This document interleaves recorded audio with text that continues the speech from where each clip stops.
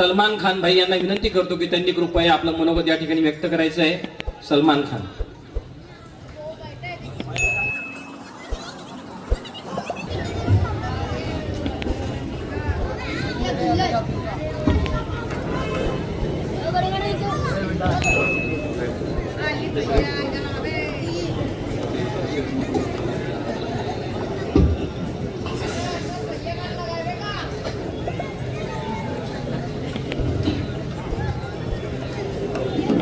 बहुत बहुत धन्यवाद, बहुत बहुत शुक्रिया.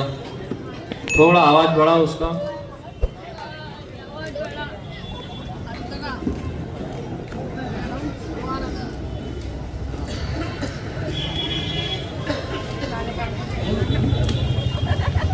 सबसे पहले आप सभी को अस्सलामु अलैकुम. मेरी आवाज पहुंच रही है ना? सर्वांना माझा राम राम. आणि या ठिकाणी सर्वांना जय महाराष्ट्र.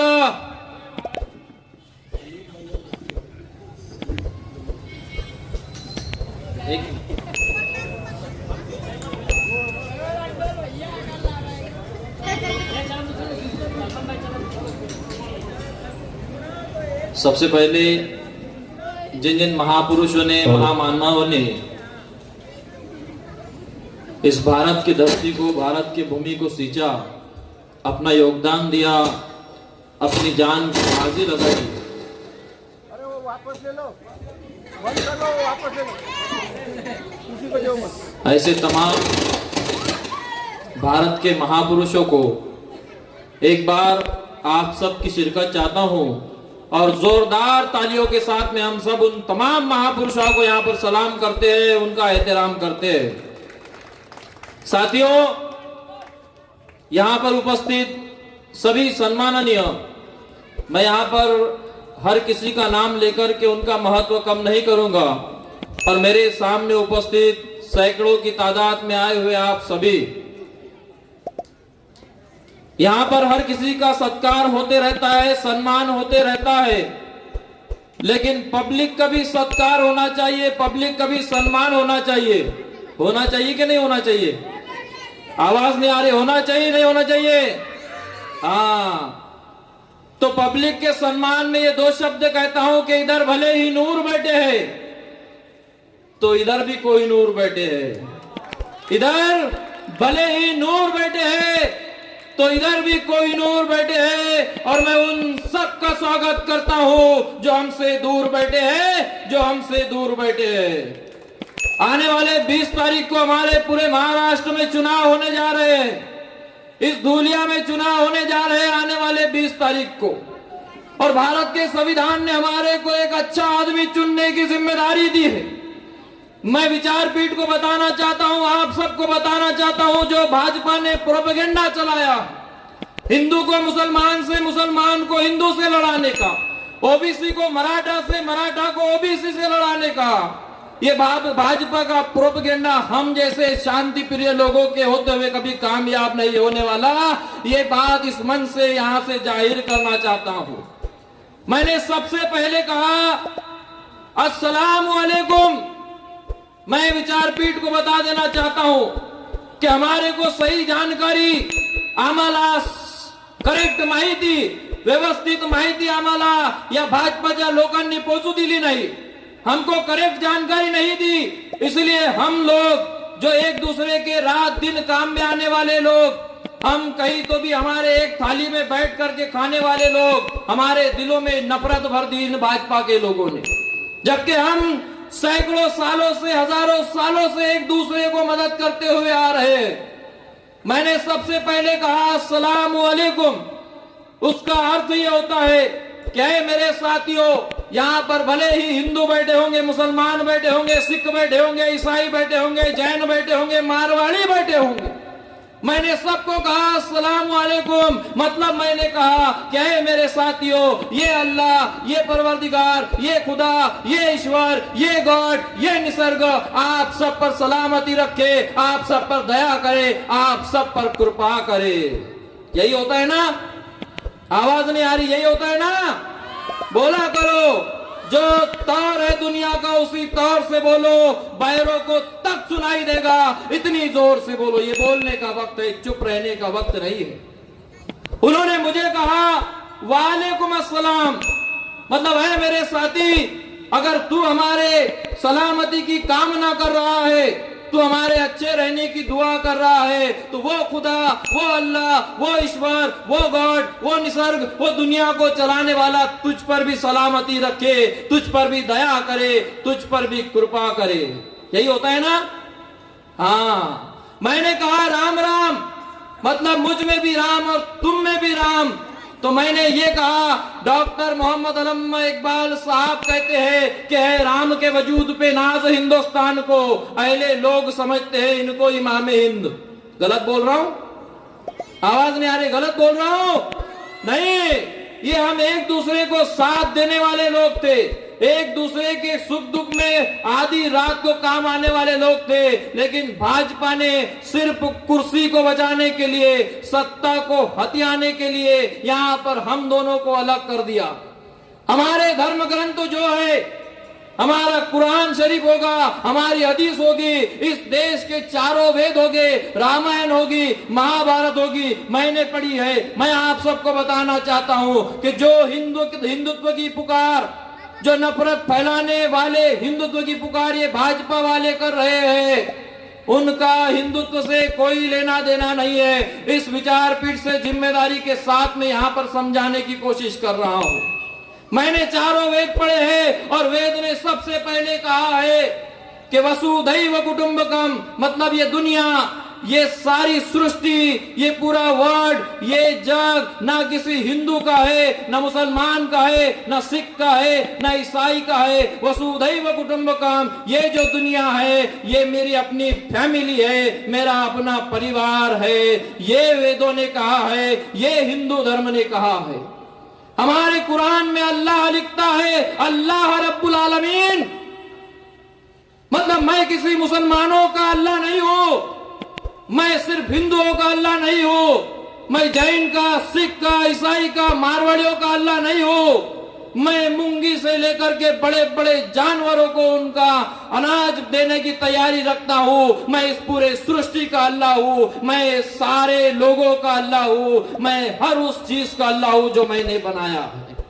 भाजपावाल्यांनी आमच्यापर्यंत ही माहितीच पोहोचवू दिली नाही। हमारा ये देश कि जहां पर एक शायर बहुत अच्छी तो कहता है कि मंदिर का दाना चुगकर चिड़िया मस्जिद का पानी पीती है, और मैंने सुना है राधा की चुनरी कोई सलमा बेगम सीती है। मंदिर का दाना चुगकर चिड़िया मस्जिद का पानी पीती है, और मैंने सुना है राधा की चुनरी कोई सलमा बेगम सीती है। एक रफीता महफिल में जो रघुपति राघव गाता था, और एक प्रेमचंद बच्चों को फिर ईदगाह सुनाता था। ये हम भारत के लोग हैं।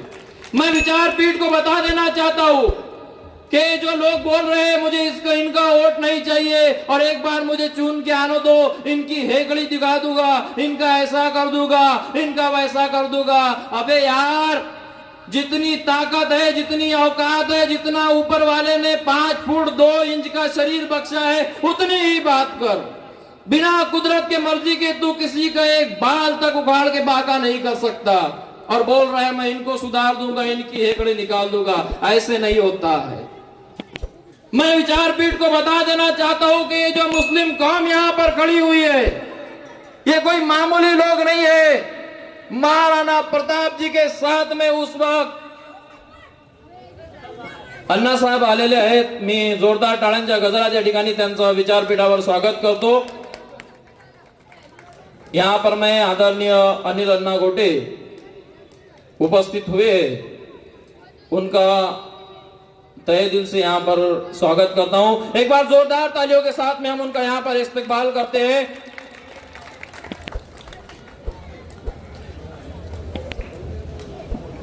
मैं आपको बता रहा था कि हम वो लोग हैं कि जो हमेशा जुल्म के खिलाफ खड़े रहे हैं।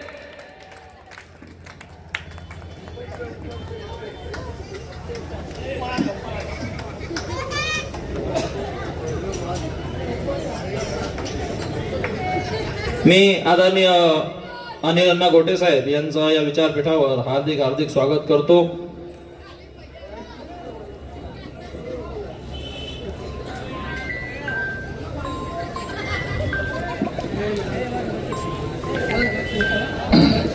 रमण भाऊ माझे पाय दुखता नाही गुडघे.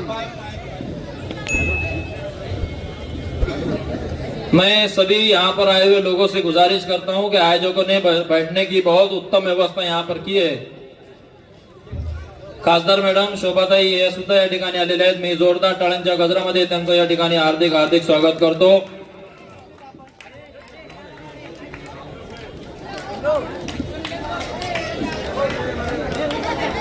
सर्वांना विनंती करतो की स्टेजच्या आजूबाजूला उभे न राहता या ठिकाणी मैं आप सबको बता रहा था कि यहाँ पर जो मुस्लिम समाज बैठा हुआ है, इन्होंने हमेशा से जुल्म के खिलाफ साथ दिया है. जो कोई भी अन्याय करता है उनके खिलाफ में यहाँ पर हम खड़े हो रहते हैं, हमेशा खड़े रहते हैं. ये हमारा इतिहास रहा है. हमारा ये भी इतिहास रहा है कि जब महाराणा प्रताप जी ने अन्याय के खिलाफ, जुल्म के खिलाफ आवाज उठाई थी तो सबसे पहले हकीम खान सूर बनकर के हम महाराणा प्रताप जी के साथ में खड़े हुए थे.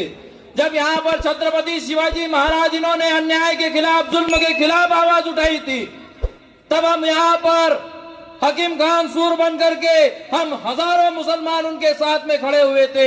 जब इस देश की तरफ पाकिस्तान ने आंख उठा करके देखा, तब हम शहीद अब्दुल हमीद बनकर के, इसी देश के लाल बनकर के यहाँ पर खड़े हुए थे. यह इतिहास है हमारा. हम वही मुस्लिम समाज है कि जो भले ही 300-400 रुपए रोज कमाते होंगे, लेकिन स्वाभिमान के साथ में कमाते. साथियों, हमारा इतिहास रहा है कि इसी भारत को हमने मिसाइल मैन माजी राष्ट्रपति एपीजे अब्दुल कलाम साहब दिया है. यह इतिहास है हमारा.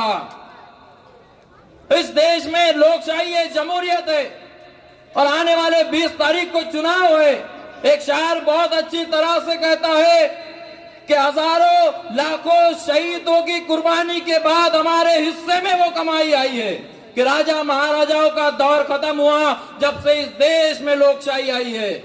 एक जमाना था, वक्त था जब राजा पैदा होता था अपने माँ के पेट से पैदा होता था. लेकिन अभी ये वक्त है, ये जमाना है, ये जमहूरियत है, ये लोकशाही है. राजा किसी माँ के पेट से पैदा नहीं होता, बल्कि राजा जो गरीब, मजदूर, किसान और तुम्हारे हमारे जैसे लोग जो मतदान के पेटी में मतदान करने के लिए जाते हैं, उस पेटी से राजा जन्म लेता है और वो तुम्हारे हमारे दिलो दिमाग पर हुकूमत करता है. तो हमारा राजा कैसा होना चाहिए? जाति भेद करने वाला बिल्कुल भी नहीं होना चाहिए. धर्म मजहब में झगड़े लगाने वाला बिल्कुल भी नहीं होना चाहिए. 2 नंबर के धंधे करने वाला तो बिल्कुल भी नहीं होना चाहिए. हमारा राजा कैसा होना चाहिए? जो हमारे शिक्षा की बात करे, जो हमारे बच्चों को पढ़ाने की बात करे, जो बात करे हमारे रोजगार की, जो बात करे इस पूरे धूलिया में शांति की, अमन की, भाईचारे की, एक दूसरे को साथ देने की. बस यही बात आप सबसे आखिर पर अपना पूर्ण विराम लेता हूँ. बहुत सारे वक्त यहाँ पर बोलने वाले हैं कि आने वाले 20 तारीख को आपको मतदान करने के लिए जाना है और वहां पे शिवसेना का, महाविकास आघाड़ी का, मशाल चिन्ह का 2 नंबर का बटन दबाना है और आदरणीय अनिल अन्ना गोटे इनको भारी बहुमतों से चुन कर लाना है. मैं सबसे एक बार गुजारिश करता हूं कि क्या आप हमारे साथ हैं? आवाज नहीं आ रही है? क्या साथ है? यस. गंगा की कसम, जमुना की कसम, ये ताना बाना बदलेगा, रावी की रवानी बदलेगी, सतलज का मुहाना बदलेगा. अगर जोश में हम सबका होश रहा तो जालिमों का जमाना बदलेगा. कुछ तुम बदलो, कुछ हम बदले तो ये फसाना बदलेगा. धन्यवाद. जय हिंद, जय भारत, जय महाराष्ट्र. थँक्यू. यानंतर आपल्या धुळे लोकसभा मतदारसंघाच्या आदरणीय